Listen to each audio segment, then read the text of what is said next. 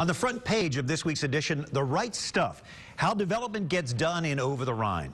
It's been nearly 10 years since work began to bring that neighborhood back to life. North Point Group, the real estate group led by Rick Kimbler, is one of the lead developers. North Point's been part of the more than $41 million in development with Cincinnati Center City Development Corporation, 3CDC, and Over the Rhine, and has another $11 million of projects in progress. Kimbler joined us 2 weeks ago to talk about another North Point project, a $20 million Cincinnati apartment tower to be built here above the 7th and Broadway garage. The 7-story apartment tower will have 110 high-end apartments and is another example of Cincinnati's long-awaited urban renaissance. This particular project is unique in that we really have had very little what we would call mid-rise construction in Cincinnati. There's been 1 or 2 towers along the river, 1 in Mount Adams, 1 or 2 in Walnut Hills, but some of those are 20-plus years old. Since 2004, Kimbler has been working with 3CDC on new development and redevelopment in Over the Rhine. 3CDC has invested $260 million to date in OTR and expects to invest millions more. Currently, 3CDC has about $80 million worth of ongoing projects in Phase 5 of OTR development.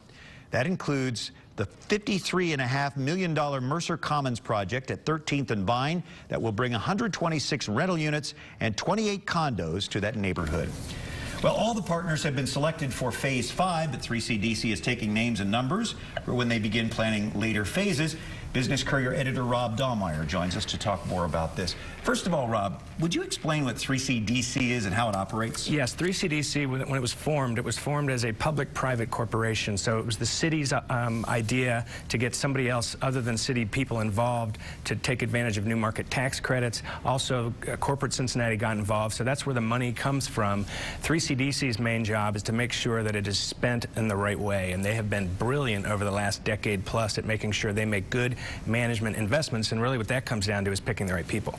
So doing it right, what does that mean in the big picture for 3CDC? So at the beginning, it meant finding people who would be interested in developing Over the Rhine. It's tough. These are tight spaces. These are historic buildings. There's a lot of regulations involved because you can't just tear down anything you want to tear down. Now it's a bit different. A lot of developers want to get involved in Over the Rhine. 3CDC right now, really what they're concerned with is taking a look at these developers and making sure that they're the exact right people. They go back and look at their old projects, they look at their financing, they look at their bonding, and they make sure everything is lined up. As a matter of fact, we talk to some big developers in town all the time who say they just can't get in with 3CDC because they just don't have, 3CDC doesn't think they have the high enough standards, which is amazing when you think about it.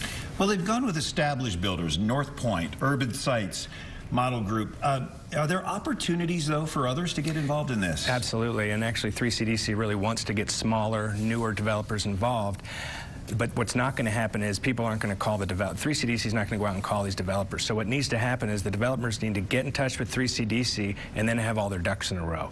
They really need the level of professionalism that you have to work with 3CDC right now is high. And it's the whole reason that Over the Rhine redevelopment has worked, because 3CDC has made very few missteps.